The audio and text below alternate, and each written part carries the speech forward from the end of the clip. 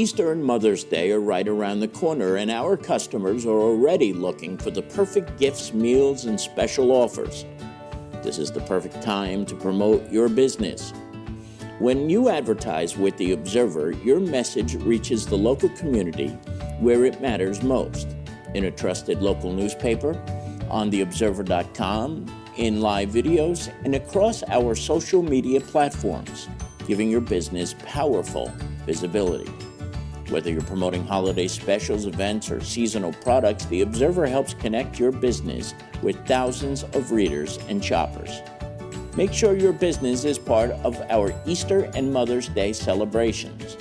Call 201-991-1600 today to reserve your spot in The Observer. Again, 201-991-1600.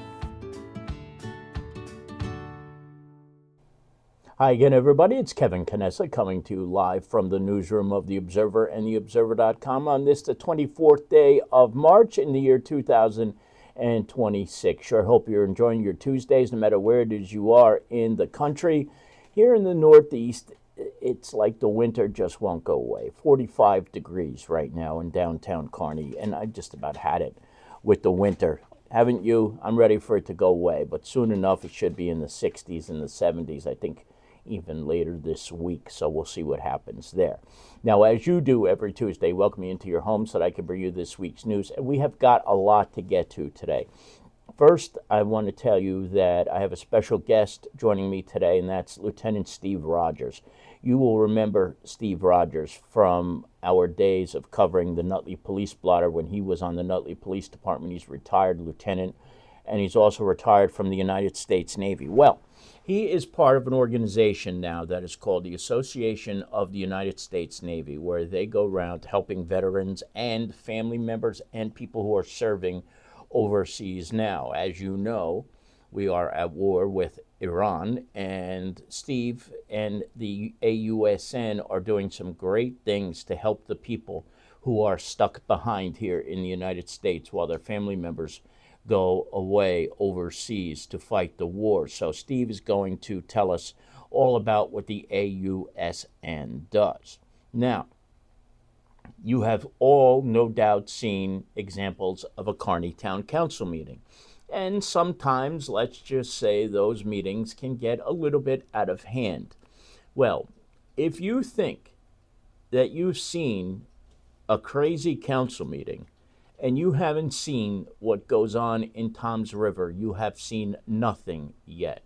I'm going to show you a clip today from a recent town council meeting in Toms River, down South Jersey, and what you're going to see is something that you will not believe. It is just unbelievable what goes on at these meetings in Toms River. If you think it's bad in Kearney, you've seen absolutely nothing.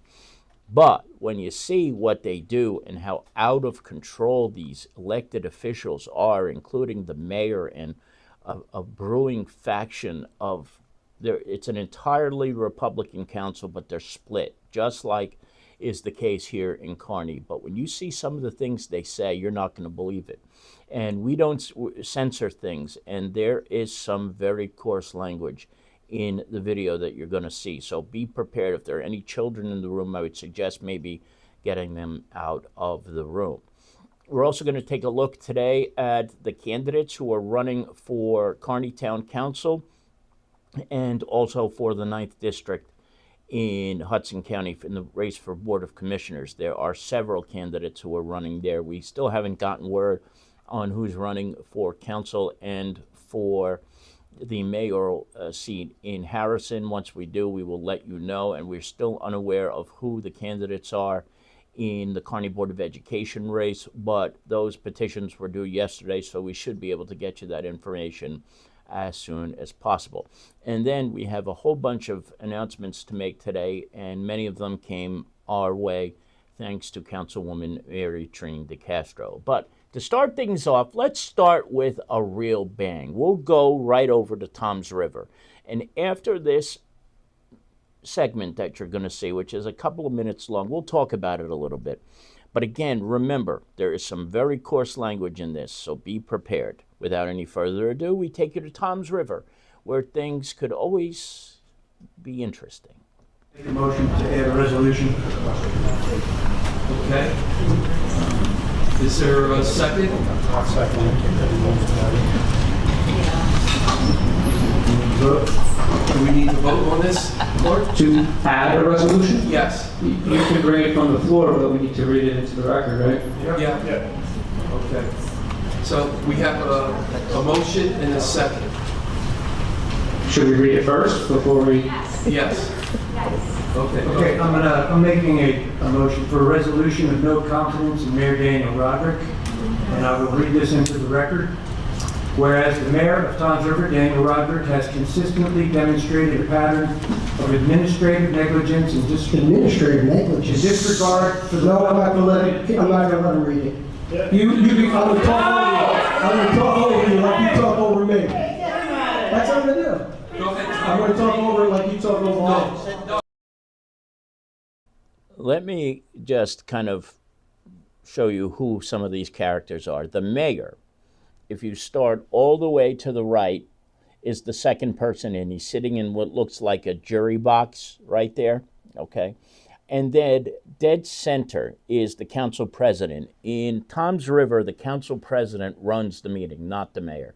The mayor is solely an executive, and it's the town council that does the legislative part of things. But what you will also notice is that mayor will interrupt incessantly during the course of this meeting. Let's get back to it. Yes. Yes. Don't speak. Why didn't you do the FOA? Why not? Why not? Why didn't you do anything about the highway? I'm not. I'm gonna do what you do to me. Shut the fuck up! Oh, look at Please. that. Shows what your supporters are really like. Show exactly what your supporters are like. I'll start again. Go ahead, start again. Whereas the mayor of Tom, you're Daniel Roderick has Yep. consistently demonstrated a pattern of administrative negligence. Negligence, what's my negligence, Disregard for Tom? the will of the residents, Tom, what's my negligence? resulting in the breakdown of essential municipal services. Tom, and what public rights. municipal services broke down? Whereas the mayor failed to Yeah. perform due diligence in securing timely joint insurance. Tom, What I should have also said is what they are trying to do right now is a motion to censure him. what did you do diligence? Can you Creating an entire. You shut up so Can we we know! have him removed? No, he can't remove me, Tom. I have the right to be in the meeting. You offered X. No, I'm not a guest. No, I'm not a guest. Can you please have that on the Can you record? shut his mic off, please? No, you're not gonna shut my mic off, Tom. I'm the mayor, Tom. I'm the mayor, Tom. And no matter what you say, I'll be the mayor, and you will not be councilman again next year. You are gonna get thrown out of office. Less No than. matter how many liberal wackos you bring in here to yell and scream, the good people of Tom's are gonna throw you out Liberal next year. wackos of Toms River. You are gonna get thrown out next year. can you please, What do you want me to do? Ask the Police can't take me out. I am asking the police He's to not allowed remove to take me him. out. He's got the statute. He knows I have a right to be in this meeting, Tom. Well, then you So shut up and listen! I have a right to be in the meeting, and I have a right to talk. That's called the First Amendment, Tom. Could you please ask the mayor to be quiet, please? He's not gonna ask me to be quiet. What? He's not. He's not. He's not. I have a right to be at the meeting. I have a right to speak. And I have a right to read a resolution. So he, into the record. And I have a right to talk he over has the right to interrupt and nobody else does. He's Is that not the correct? interpreter of that. Is that correct? Yeah, he wants you to discuss it in private. No, I just asked No, you to ask him to be That's the quiet. chief of That's police all I right asked. He's not allowed to just ask me to be quiet. Because he's an employee. All right. That's why he's not allowed to ask that. And you're bringing an employee in to a problem between us. He can do something about the public speaking over you. He's an employee. And you're bringing him and dragging him into So that. are you! No, I'm not. I'm not. Be I'm quiet. not. No, I'm not. You are! No, you gotta get a job, buddy. I will read. Stop The screaming. mayor has created a You gotta get a job. Christ, you gotta get a job. You gotta get a job. Stop. Everyone be Everyone quiet, please, please, please. I wanna know what's Respect our negligent, town. Tom. Tell me what's negligent. Why are you doing The this? mayor has Why created Why are you an doing this? entirely manufactured crisis. A manufactured crisis. We're gonna have a. We're gonna go before the judge. in a few days. The township employees and police officers as You are of a December clown. 31st, Clown. 2025, and whereas despite Total clown. 2024 efficiency study, Who's been arrested like River 6 times Police for Department hitting women, was running violent with other women in ShopRite, mayor has stealing, beating women. When I asked you about having the mayor removed, and you said at the council's ask and request, Why do you think you're not out of order, Dana? Why do you feel like you're out I of told you to order? ask him to be quiet. I gave her permission to speak. I did. I asked him. You don't like it.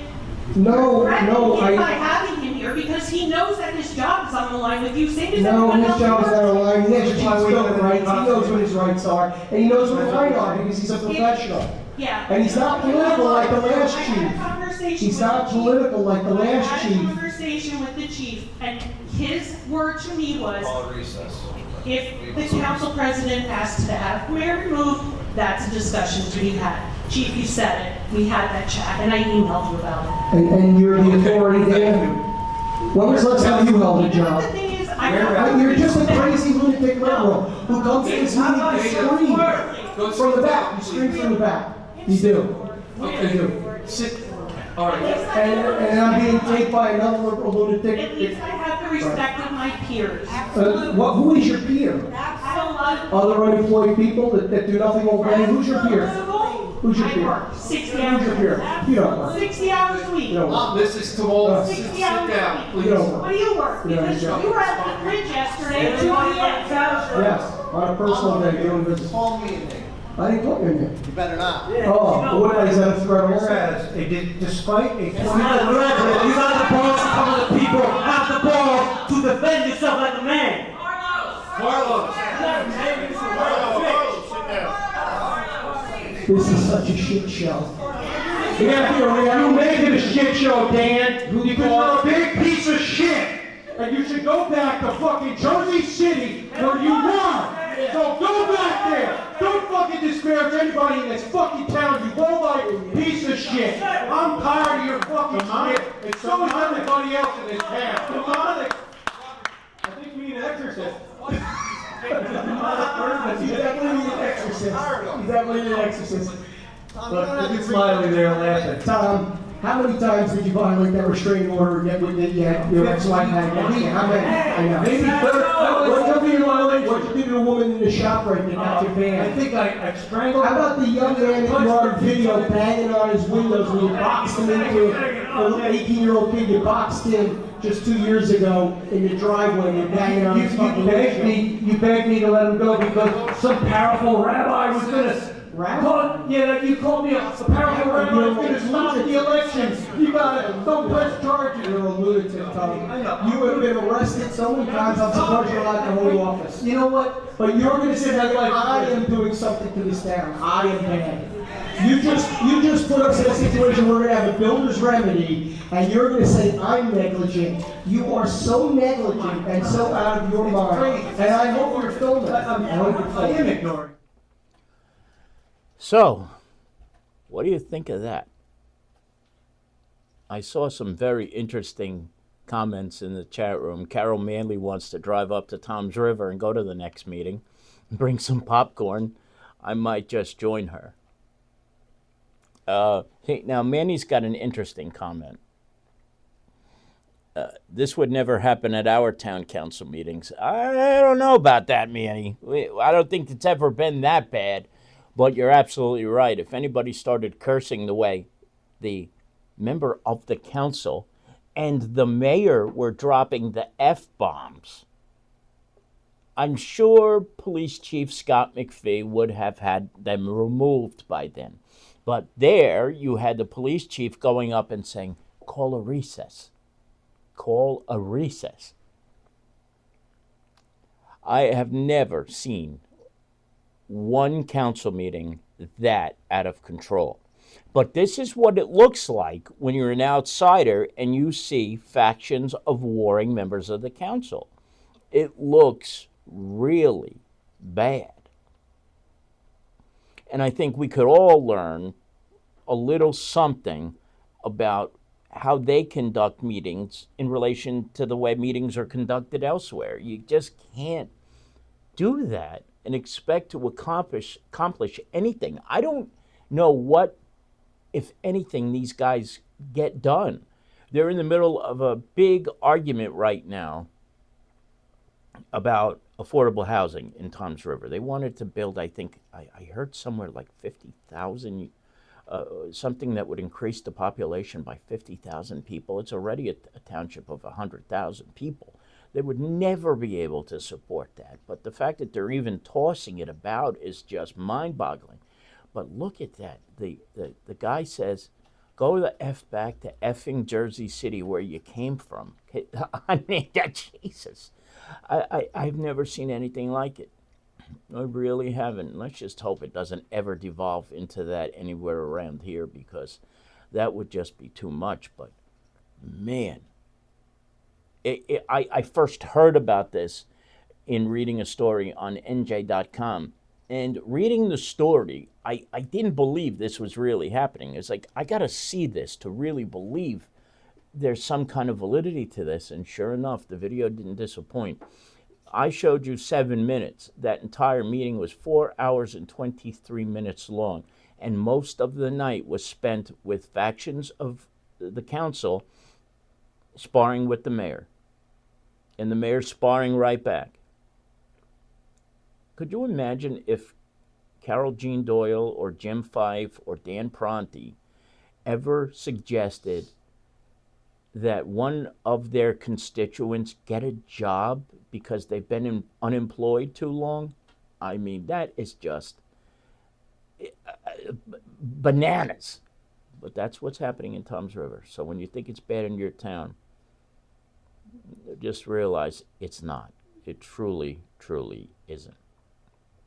All right, let's switch over now. I had mentioned that the Association of the United States Navy, which has an executive director of none other than our very own Stephen Rogers. I interviewed him earlier today, and we're going to share that with you right now to show you that there are a lot of resources out there for people who are serving in the military, family members of people who are serving, relatives, alumni, vets, all of these things that the AUSN does. It is really, really kind of remarkable what Steve Rogers and the AUSN is doing. And without any further ado, let's get right into it. Here it is, Steve Rogers from earlier today.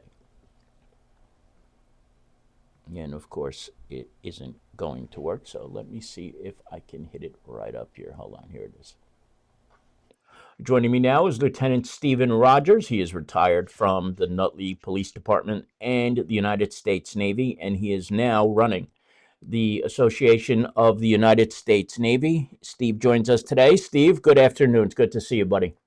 Oh, pleasure to be here. Thank you. Okay, so let us know what the AUSN is and what it stands for, and then we'll go from there. Well, I'm the executive director of the Association of the United States Navy. We are a national organization that supports the United States Navy and the United States Coast Guard.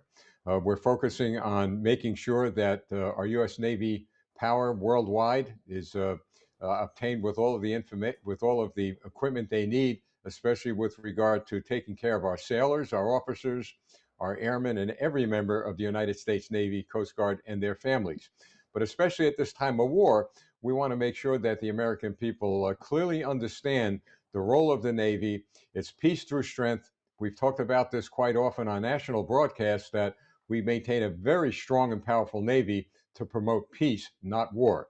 And we see that happening right now in the Mideast, where we've been able to at least contain, at this point, the Iranian missile attacks, although there are far too many yet. But we have pretty much won the military operations of that war as a result, in part by the military power that we brought to the U.S. Navy. And of course, all credit to all of our armed forces there today. You and I have talked about this many times over the years, and President Trump, when he was running for office, said he wanted to be the peace president, but we are now at war. But tell me what your thoughts are about this operation that's going on right now. Are we where we should be right now? Kevin, we are, and we should have been there 47 years ago. I remember when Iran had taken our hostages 47 years ago. I remember when they were responsible for the killing of 250 Marines in Lebanon. Iran has been a troublemaker worldwide for 47 years. And right now, we have done exactly what the president said he would do, and that was put America first, especially when it comes to national security. But may I say this? This is not a Democrat or Republican problem that we're facing. This is an American problem. And my hope as the executive director of the AUSN is to get that message across to both parties. This isn't a time for finger pointing and for degrading anyone, whether it be the president or anyone in Congress. It's a time for Americans to come together. Why? Because they're going to be our young people. Our young people may end up in harm's way pretty quickly on the ground. And we want our enemies to understand that we are united, a United States of America, when it comes to this war, not divided. While we're here, please explain how the AUSN will be or won't be involved with what's going on in Iran right now. And I guess really just give us a little bit of a background on what you're going to be doing in the coming months. Well, the AUSN is not only going to be critically involved alone, but we're going to ask the American people to join us. I've met with the Secretary of War, Pete Hegseth, and his team a few months ago. Secretary of Defense. Well, let's leave it at that. Yep. Funny guy. That's his official title. Well, there's a story behind that, Kevin, believe it or not, that we don't have time to go into. But anyway, I met with him. I met with his team. We're going to be going back there next month, and we're going to be talking about what we as a country can do and what we as the AUSN can do to come together and make sure that the war fighters are being taken care of. So here's what we're doing right now. We started a project called Operation Reach Out, and the AUSN is reaching out first to mayors of cities across the country, to city council members, to political leaders on a local level, as well as corporate executives, individuals who belong to many civic organizations, whether it be the Kiwanis clubs, the JCs, the Lions, whatever, religious organizations. In other words, we're reaching out to leaders of organizations that bring people together. And what are we going to ask them to do?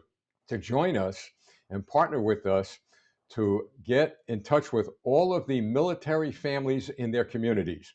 For example, in Nutley, we're working with the Department of Public Affairs and the Department of Military Affairs to bring a lot of these families together, whether it be at a breakfast, a luncheon, whether it be at just a meeting where you're going to have coffee and cake, so that they will be able to network with each other and support each other. Good. No one knows what goes through the mind of a warfighter's parents unless they are involved in this war in some way, shape, or form, other than basically watching what's going on. So that's what we're doing right now. So we're reaching out, and so far, interesting enough, we've gotten some feedback from New York City. And really? Yep. I've met with some officers from the United States Coast Guard 2 weeks ago on Staten Island, and representatives of the Department of Veterans Affairs of the city of New York. So I was pretty much surprised that they responded, but it goes to show you that in time of war, there are people that want to do something.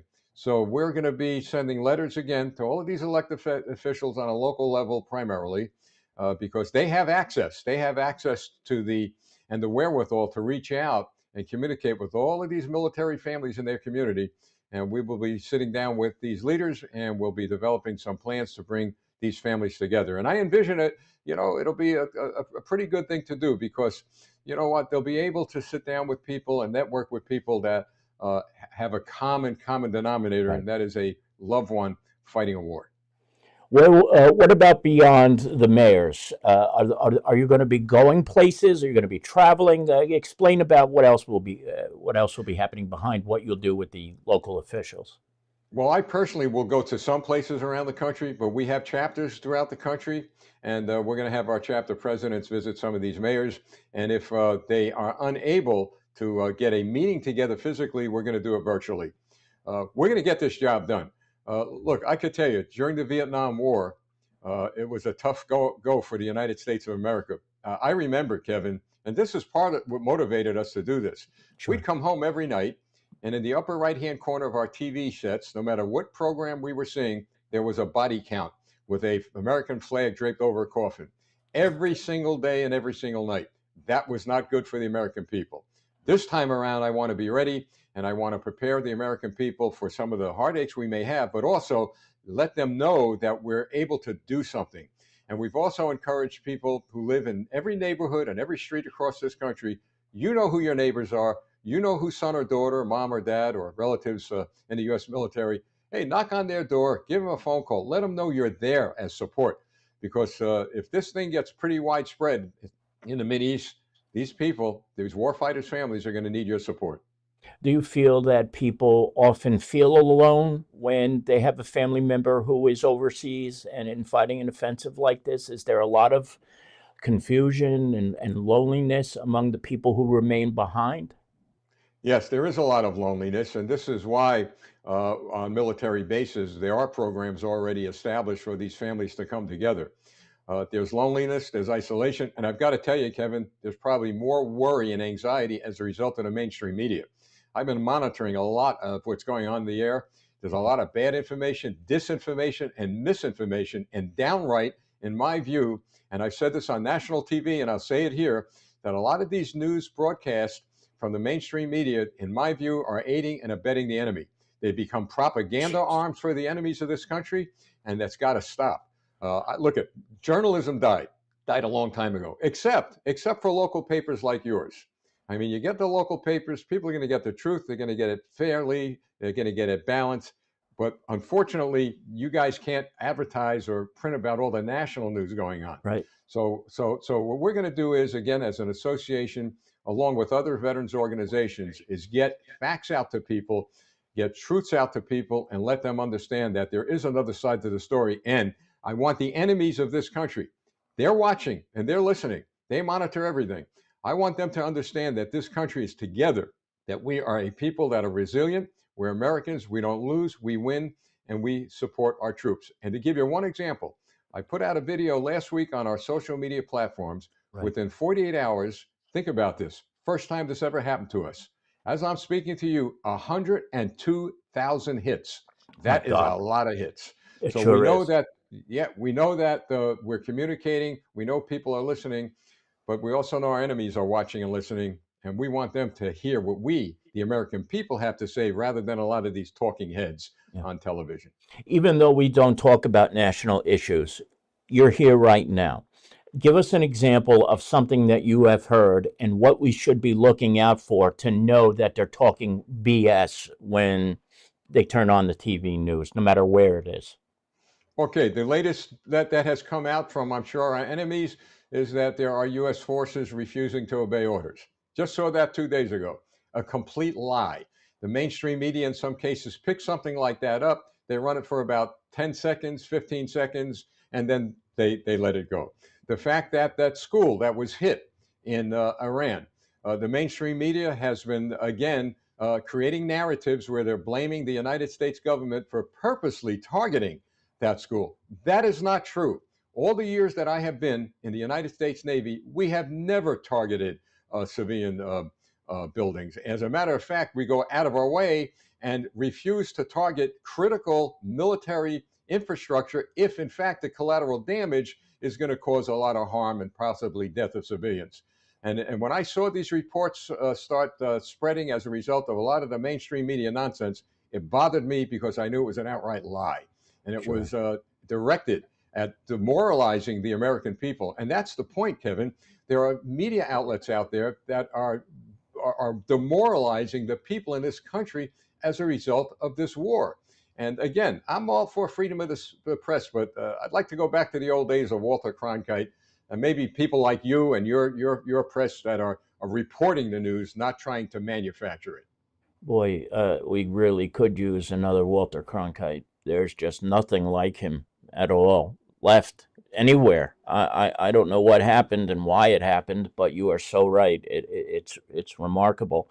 But do we maybe have a responsibility as a smaller news outlet to be talking about these things because the mainstream isn't? I don't know where to go with something like this. Well, I believe you do, whether it be a responsibility or just maybe part of the war effort here at home. Why not have a space where you can talk to veterans and interview them like you're doing today, okay? Talk to some of the families, seek them out, and let them express their views and their feelings. Let them know their count. Let them know their voice can be heard. I've received so many letters from family members who have lost young men and women in war, Vietnam, even Vietnam, going back to the Iraqi war. And they feel at times they're so isolated that nobody's listening. So the press, local press, I tell you what, I think a lot of people underestimate the local press these days. Right. And you guys on a local level are very powerful. I miss the days. I'm glad the Observer's around. We used to have 3-4 newspapers in Right. Nutley, New Jersey. We got nothing. All right, except who wants to go on the internet? I'm tired of the internet, right? So to get back to your point, Kevin, yeah, you could play a very important role, and not being one-sided. I'm saying being fair, but maybe let the voices of the people who are not being heard be heard through your media. Steve Rogers himself, where do you expect we will be 3 months from now, 6 months from now, 9 months from now? Is that looking too far ahead, or do you see this as being a short period of time, a long period of time? Where are you right now? I believe it's going to be longer than we want it. I don't believe for 1 minute that the Iranian regime is going to give up and surrender. I'm hoping, and I know the president is working hard to get a coalition together of the countries in the Mideast, which is beginning to now develop, to finally put an end to this regime. That entire regime has to go. They've created such a problem worldwide that the only solution to the problem is to completely overturn that regime. And it will eventually be up to the people who live in Iran, but we've got to give them the chance. So far, militarily, we've absolutely destroyed their military infrastructure. They have no Navy left. They do have these missiles and drones, but sooner rather than later, we're going to be dealing with them. But maybe this next phase is going to be very critical if we end up with ground troops in Iran. That's going to be something all of us are going to have to understand as being a part of war, an ugly part of war. But to be prepared is to be prayerful and to be supportive of the people who live next door to us, maybe, who have someone in that conflict. We need to come together. Let's have enough faith in the good Lord, and let's do what Americans always do. Rise to the occasion together. Steve Rogers, it is always a pleasure to be in your presence and to be able to hear you speak so authoritatively about such an important topic right now. I cannot thank you enough for taking the time today, and I hope we can do it again, maybe under better circumstances. Thank you. Well, it's an honor to be here, Kevin, and could I give out our website if people Please want to? tell everybody everything that you want them to know about the AUSN. Oh, thanks. Listen, folks, if you want to get in touch with me, go to our website. That's AUSN.org. There's a contact page in there. Just fill it out. We're not looking for your money. We're not looking for anything other than you helping us support this nation in a time of need. So that's AUSN.org. And as I said earlier, I believe in the power of prayer. So let's put our prayers together for the good of this country and, frankly, for the good of people around the world. And I thank you, Kevin. Thank you, Steve. We will talk to you soon. Thank you. So there he was, Steve Rogers, with some very sage advice and some salient points, really, about what's going on in Iran. And I want to thank him again for taking the time to do this with us today. Some people would say, what does a local newspaper have? What kind of business do they have talking about the war? But really, when you think about it, it could be anybody in our neighborhoods. We don't know all the veterans and all the people who are serving right now. And I liked his idea about opening up space in the newspaper for veterans to tell their stories, for people who are serving, for family members of people who are serving, to just talk about it. And I hope once I get a chance to talk to Lisa, that's something we can do during this time, because God knows how long we're going to be there. So, Steve and I were talking off the air, and he's pretty confident that the ground troops are heading over to Iran right now, and that we could see up to 50,000 troops in that country before too long. So that will get some serious traction once we get to it. A bunch of announcements to make. I want to thank Councilwoman Mary Trina DeCastro for alerting me to this. Mammogram in Motion is coming up on Wednesday, April the 15th from 9 to 3. If you are interested in getting a mammogram, if you are 40 years old and have not had a mammogram in the last year, you are eligible. Freeze the frame right now, pause this video, and scan that QR code. It'll take you to a registration page, and you will be able to sign up to be able to get a free mammogram, or if you can afford something, you can certainly contribute to it. So this is something that Ava Laudansky started a couple of years ago with her Girl Scout Gold project, and that continues to this very day. Rutgers Health is hosting a Narcan training Wednesday, April 1st, 6 o'clock is the time. This time it'll be at the Carney Library. It'll be over by 7:30. Information about how to register is right here on the screen. Just pause the video, copy down the details, or you could call Councilwoman DeCastro, 201-362-5028, 201-362-5028. This is a great program. Lisa and I went through it, and it's very beneficial for everybody to have Narcan on hand. We have several kits here in the office in case, God forbid, anyone in this area ever overdoses in our presence. And I think anybody who has an opportunity should do it. There will be free COVID and flu vaccines at Kearney Town Hall coming up March 13th and March 16th. Also at the Kearney Public Library. Same as with the other things, you can scan here to register. You don't have to, but they prefer when you register for these kind of events so that you can prepare for it. The Kearney Annual Town Cleanup is coming up Saturday, April 18th. It starts at 9:30, goes to about noon. There are numerous sign-up locations. They provide gloves and bags and things that you can use to throw things away. And this has been going on for as long as I can remember. I was a kid when this first started. And if I'm not mistaken, it started with Mayor Carol Jean Doyle many, many years ago when she was not even yet a councilwoman.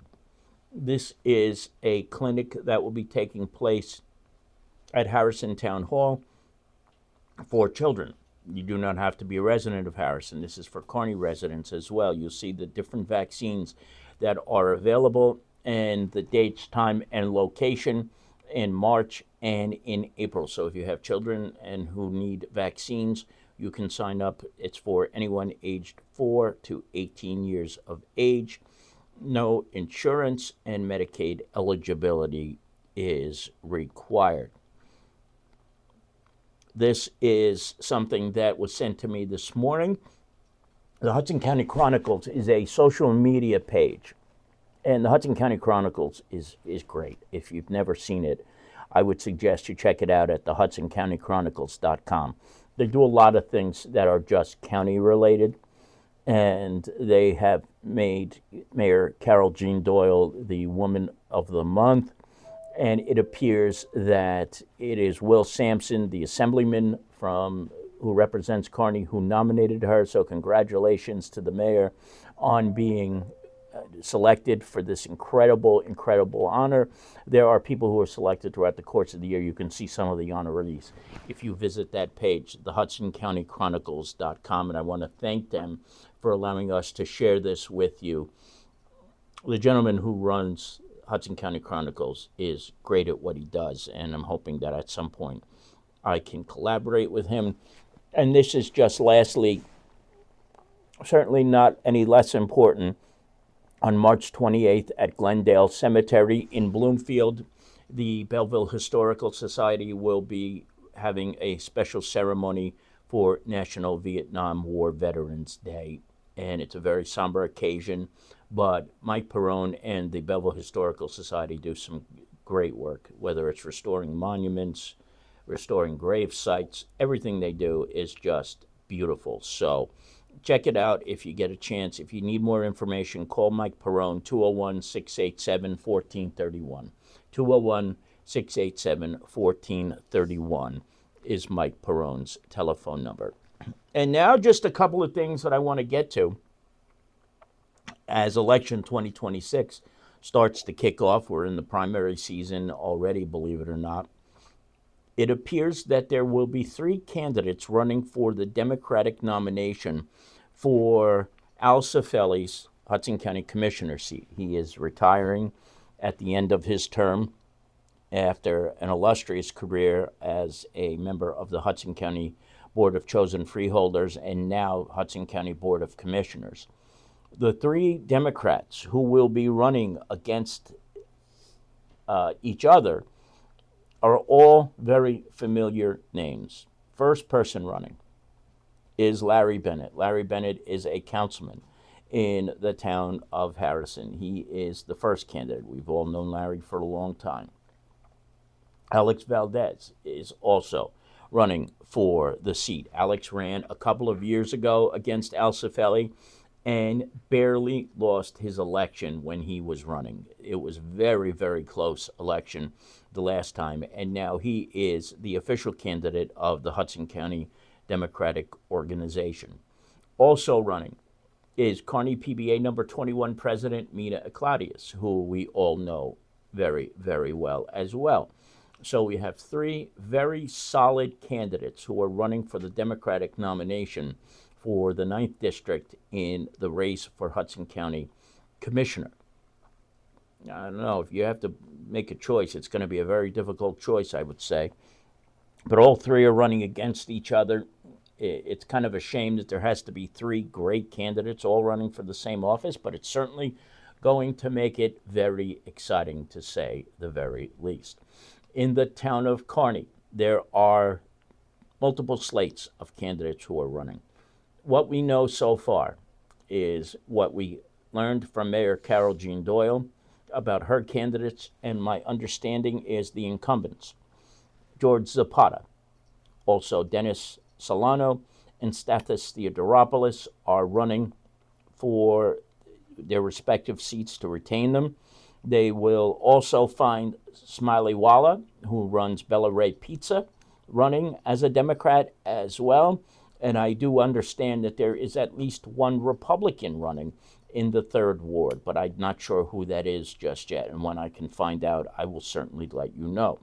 So we are looking, folks, at another heated and contested primary season. Something we have not seen around here for actually in the last couple of years we certainly have, but it hadn't been happening for a long time, so we got another one coming up. I have not heard anybody say that Sidney Ferreira took out a petition this year. Of course, that doesn't mean he may not run in June as an unaffiliated candidate. Maybe he's waiting before he makes an announcement, will run independently this time. Who knows? But I have not heard anything about that. So Melanie says he is a Republican, and Sarah declared in the 3rd Ward Democrat. Right. Correct. So there you go. There is the latest update on who the candidates are, and we will keep you posted. It's going to be a very interesting election season, to say the least, especially the race for the Hudson County Commissioner seat. Personally, I have to wish all 3 of the candidates very well. Alex, Larry, and Mina, all 3 of them I consider friends and I've known for a long time. And I hope the best man wins that race, to say the very least. That is going to do it for today. Don't forget to check this week's newspaper. Of course, cherry blossom season. Lisa has 2 pages of classifieds. Jason Bernstein has 3 sports stories to check out. There's plenty to read in this week's edition of The Observer. It's on stands right now, so you'll be able to get it today. And then we'll be back a week from today. Unless, of course, something breaks. It's always possible that will happen. But we will see what happens in between. So I want to thank each and every one of you for joining me today. Again, we'll be back a week from today, and we hope you enjoy what remains of this day. From the newsroom of The Observer and TheObserver.com, Kevin Canessa signing off for now, and we hope to see you back here again very, very soon. Take care, everybody. Enjoy the rest of your Tuesdays. Bye-bye.